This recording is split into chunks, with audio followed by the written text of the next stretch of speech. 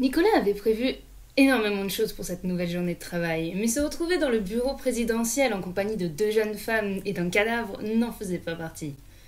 Surtout si ce cadavre était le président en personne. Mais qu'est-ce que... L'une des femmes se tourna vers lui, les yeux exorbités, tout en continuant à faire un massage cardiaque à l'homme allongé sur le plancher, tandis que l'autre la regardait faire avec un calme absolu, comme si la vie de la personne la plus influente de la planète noire importait peu. La première portait une salopette tachée de suie, avec un hérisson dans sa poche de devant, la tenue réglementaire des ramoneurs. Ses mains noircissaient la chemise du président et sa bouche fit comme un rouge à lèvres obscur sur le visage de son employeur au moment où elle insuffla de l'air dans ses poumons. Elle fit une grimace de dégoût. La seconde, assise sur le bureau d'ivoire, vraiment, se mit à sourire. Vraiment. Et Nicolas put remarquer qu'une de ses incisives, la droite, était d'un rouge grenat, comme un morceau de gemme. Elle était vêtue de la combinaison verte des nettoyeurs de carreaux, une raclette et un pistolet à produit à vitre à la ceinture. Nicolas imaginait bien la scène. Les deux femmes s'attelant à leur travail, l'une dans le conduit de la cheminée, l'autre derrière la fenêtre.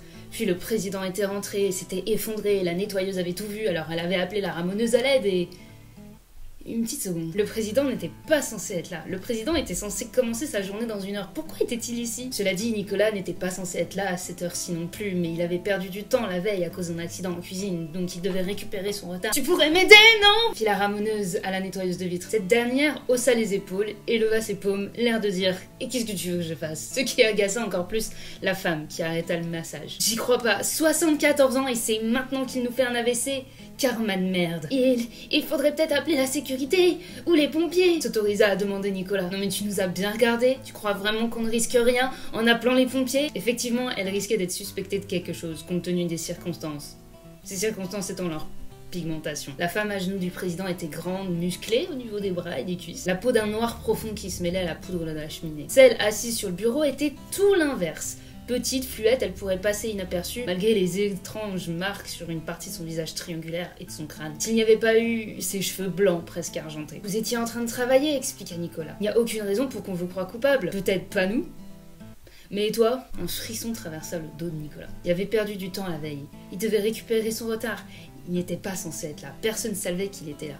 C'était suspect qu'il soit là. Il se regarda dans la glace du bureau présidentiel avec son costume de majordome, ses cheveux coupés très courts et noirs tel le jet, comme il disait, et ses yeux marron foncé et bridés, comme il disait, sa peau miel, comme il disait. À eux trois, ils représentaient une grande partie de la minorité du pays de Puota.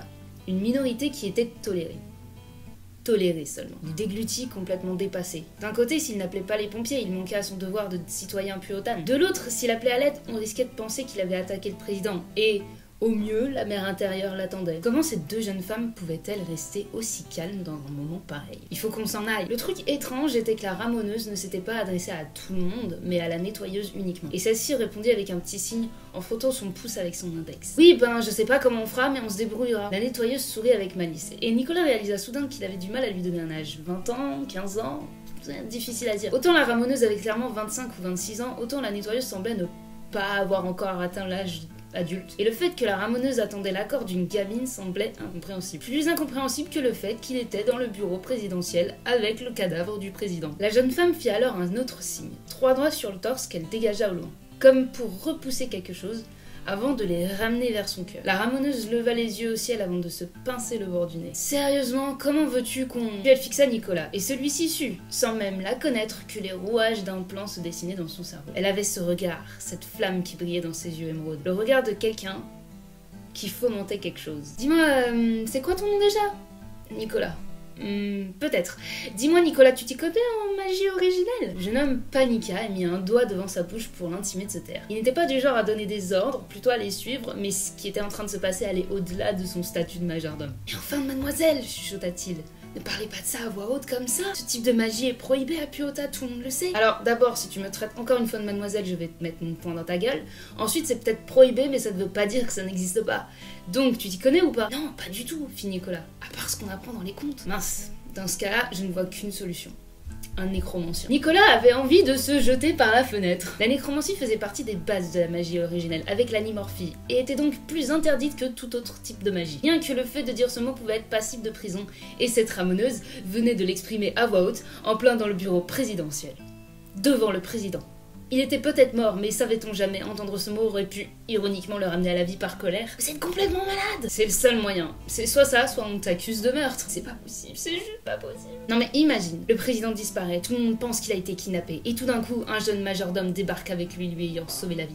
Tu deviendrais un véritable héros. Mais je n'ai pas envie d'être un héros, moi, je veux juste pouvoir manger à ma faim tous les soirs avant d'aller au lit. Ah, t'as pas beaucoup d'ambition, dis donc. Écoute, je connais un gars qui pourra faire l'affaire à l'autre bout de la ville. On prend le macabé, on le sort, on l'emmène chez mon pote, il le ressuscite, on le ramène, il y en a pour 1 heure et on peut retourner travailler avant de rentrer chez nous manger du porridge en regardant la dernière saison des voisins en dessous. Qu'est-ce que tu en dis? Il reste un problème lorsqu'on ramènera le président ici. Est-ce que le grand cristal ne va pas annuler sa résurrection? Le grand cristal, un artefact gigantesque qui portait bien son nom. Une pierre précieuse géante qui faisait toute la surface du plafond du hall d'entrée de la maison d'Iwa. Elle annihilait tous les pouvoirs, sorts, malédictions, absolument toute magie dans l'enceinte de l'établissement, rendant la maison le seul endroit sur la planète noire à l'abri des sortilèges, qu'ils soient bons ou mauvais. Le seul endroit où le président était en totale sécurité. Sans rire, la sécurité était inégalable. L'acier y était interdit, les couverts du chef d'État qui n'étaient composés que de cuillères étaient en saphir, et la plupart des instruments de nettoyage étaient en plastique ou en tissu. Les cuisines étaient à 1000 mètres du bâtiment principal et un goûteur testait le repas devant toute l'équipe. Les machines à écrire, en ambre et en bois, étaient incrustées dans les bureaux de même matière. Tout était fait en sorte que rien ne pouvait être utilisé en tant qu'arme, ni même cassé pour en faire une arme, quitte à nettoyer le sol à la main avec l'aide d'un chiffon. T'es pas ambitieux mais t'es malin, répondit la ramoneuse. Du peu que je sache, ce n'est pas un sort à proprement parler, c'est plutôt comme une greffe, normalement. De toute façon, je vois pas d'autre option, et si mon pote me dit que c'est vraiment mort, on n'aura plus qu'à fuir. Oh, c'est pas vrai, c'est pas vrai. Eh, Nicolas, on n'a pas le choix. Quelque chose dans cette phrase réveilla un souvenir en Nicolas, mais c'était un souvenir flou, comme s'il ne voulait pas s'en rappeler, comme s'il ne devait pas s'en rappeler. Mais il était là et il disait « Tout est plus facile quand on n'a pas le choix ». Et c'était comme s'il se rappelait de la première fois qu'il avait appris à lire. C'était quelque chose de vital, d'ancré en lui pour toujours, mais plongé dans des abysses ténébreuses. Il ne se rappelait pas pourquoi ni qui le lui avait dit, mais c'était ainsi que ça fonctionnait. C'était ainsi qu'il fonctionnait, un point c'est tout. D'accord, allons-y. Il y a juste un détail à régler. La ramoneuse montra le corps. Comment on va faire pour transporter ça?